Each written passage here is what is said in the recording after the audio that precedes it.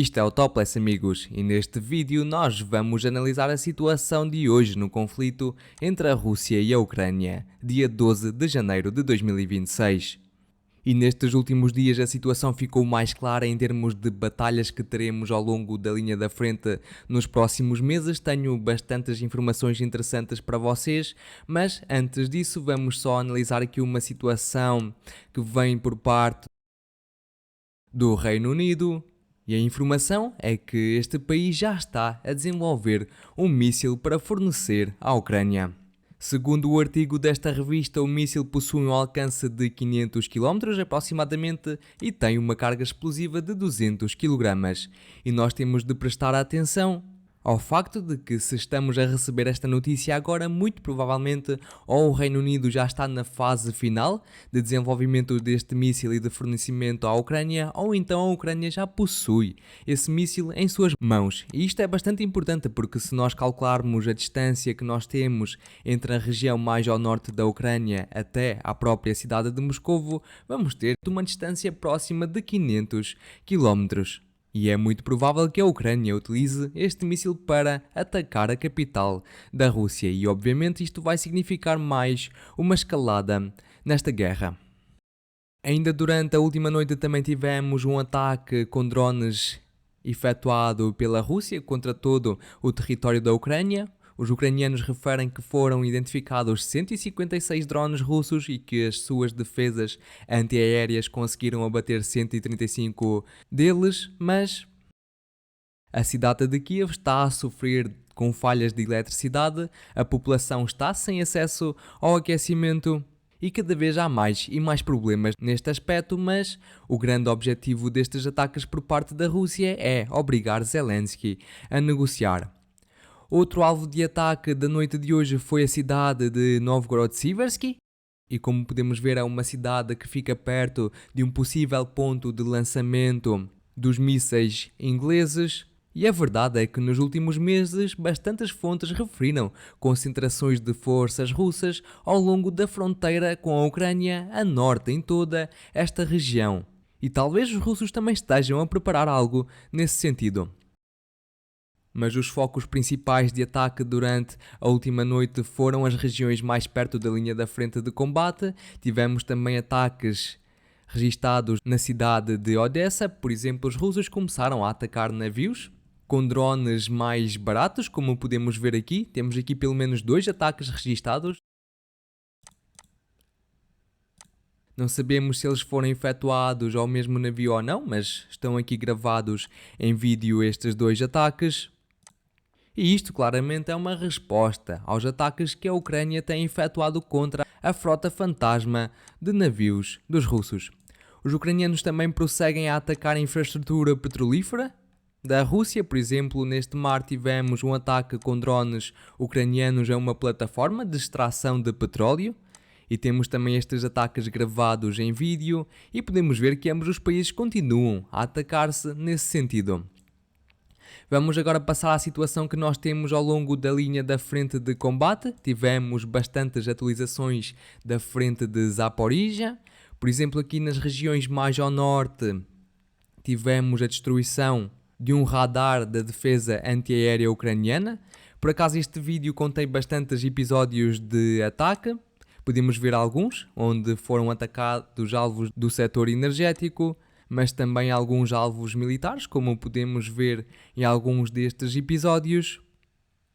Mas, maioritariamente, foram atacados radares da defesa antiaérea ucraniana. E só para referir que aqueles ataques naquele vídeo também deram-se em toda a região de Odessa. Já desta região da vila de Stepnohitsk tivemos bastantes atualizações. As fontes neutras relataram um progresso do exército russo a norte da vila de Primorsk, e até já temos fontes ligadas ao exército russo que confirmaram que eles conseguiram ter essa conquista, mas os pontos principais de avanço deram-se em toda esta região do mapa. Por exemplo, ainda durante o dia de ontem a situação era esta, e durante o dia de hoje todos estes territórios foram ajustados a favor do exército russo. Por exemplo, naquele ponto do mapa tivemos alguns ataques efetuados pelos ucranianos às posições do exército russo. Estão aqui gravados em vídeo e vemos aqui a atuação das forças armadas ucranianas e elas estavam a atuar neste sentido, exatamente nesta região do mapa e a atacar as posições dos russos que se situam na área mais a leste, o que significa que a Rússia de facto tem um controle forte sobre toda esta área.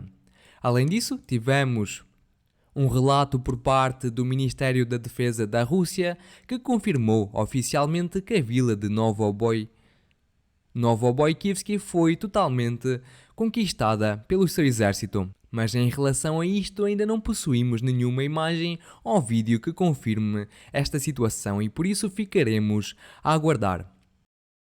Além disso, na vila de Kushuhum tivemos o relato por parte das autoridades ucranianas a referir que elas começaram a efetuar a evacuação da população civil de toda esta região, daquelas vilas e de todos os territórios que se situam em torno da mesma, o que significa que os ucranianos vão trazer reservas para esta direção e vão preparar a defesa da cidade de Zaporizhia pelo sul.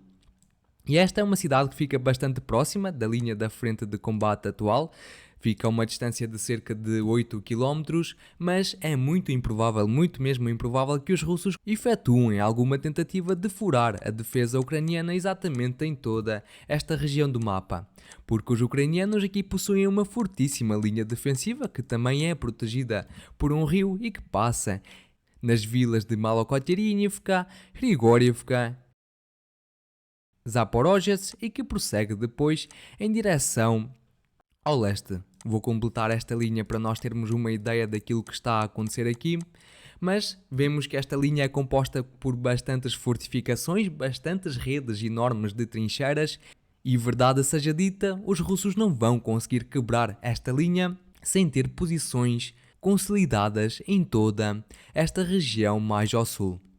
E por isso, nos próximos dias e nas próximas semanas e até nos próximos meses, é provável que os russos desenvolvam ofensivas para conquistar todos estes territórios.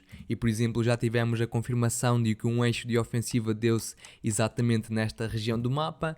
Também poderemos esperar mais avanços por parte dos russos em direção ao norte, mas que poderão ser finalizados em torno da vila de Zapasne, porque os russos não vão conseguir quebrar a linha defensiva ucraniana sem acumularem a massa crítica. E a verdade é que os ucranianos continuam a enviar reservas para esta direção e a principal estrada, a principal via logística que os ucranianos utilizam passa exatamente pela vila de Kamushevavka. E é exatamente daqui que temos recebido bastantes ataques por parte dos drones da Rússia. À logística ucraniana, aos veículos armados ucranianos, temos aqui mais um exemplo destes ataques, mas só para dizer que nos últimos dias temos recebido ainda mais. Temos aqui mais um registro em vídeo de alguns destes ataques.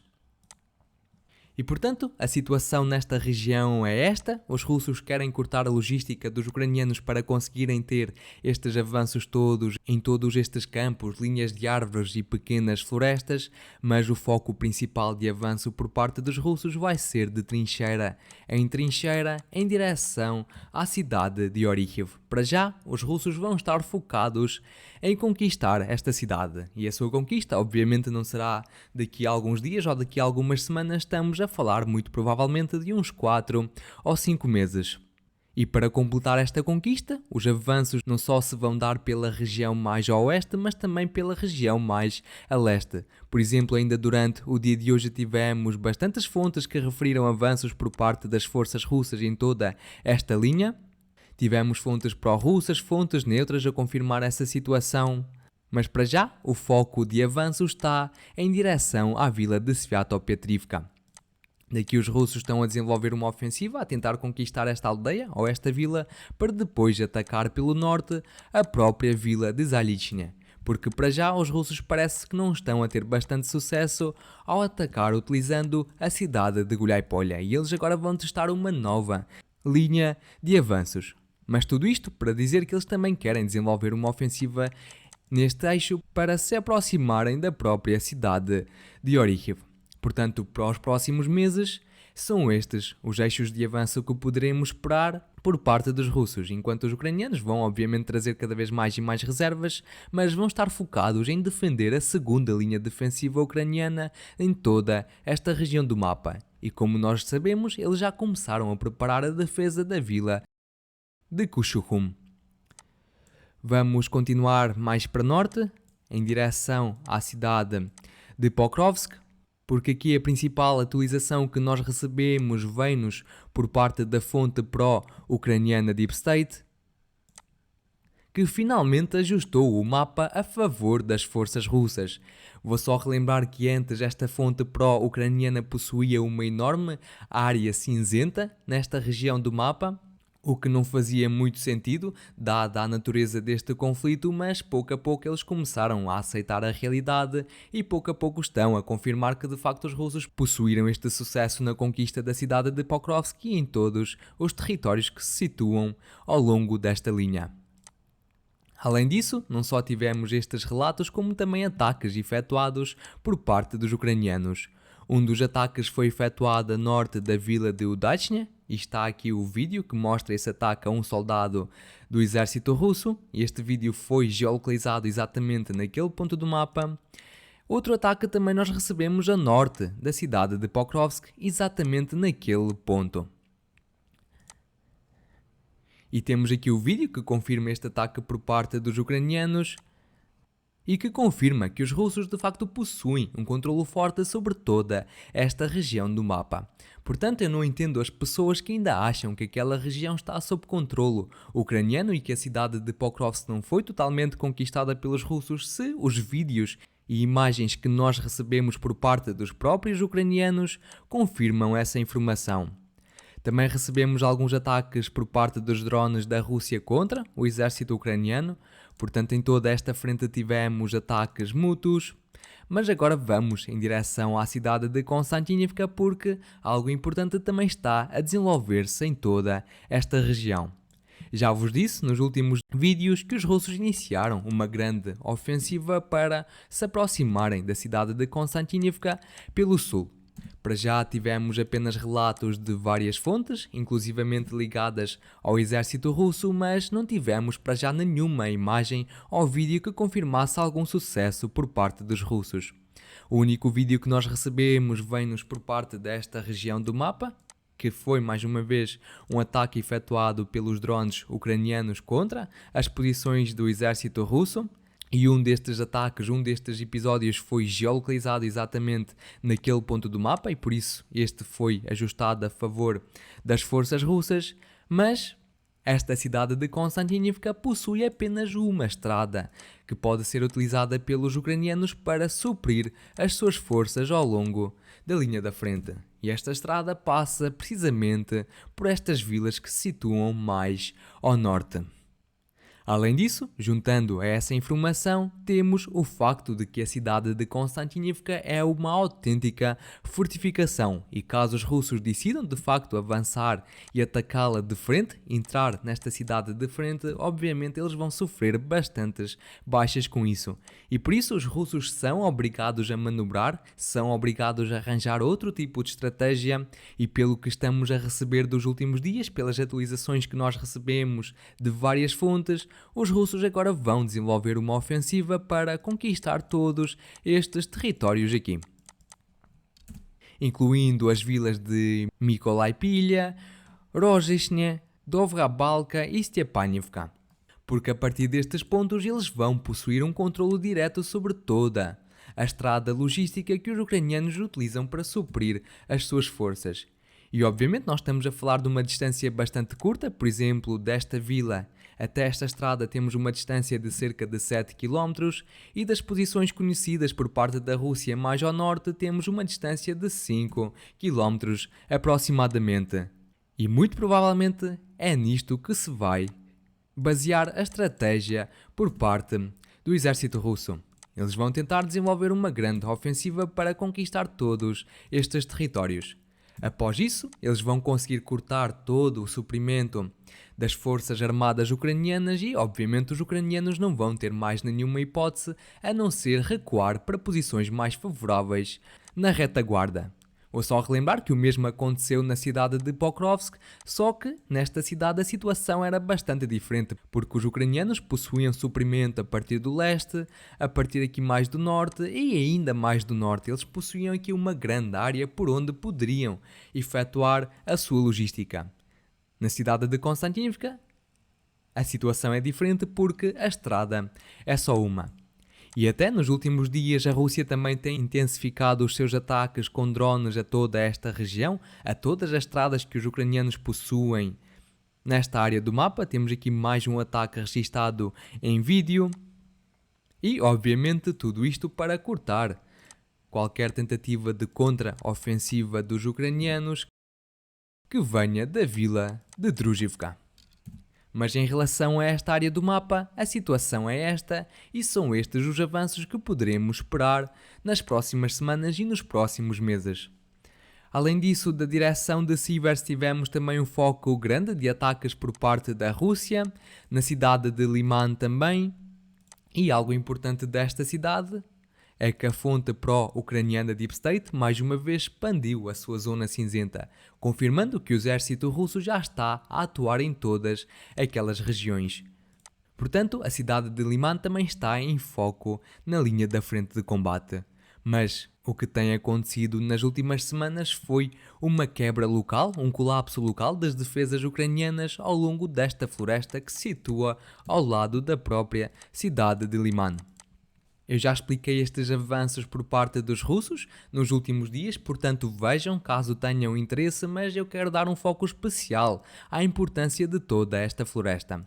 Já vos disse que esta floresta poderá permitir aos russos acumular uma massa crítica para prosseguir com ofensivas, e um possível eixo de ofensiva poderá ser em direção à cidade de Izium.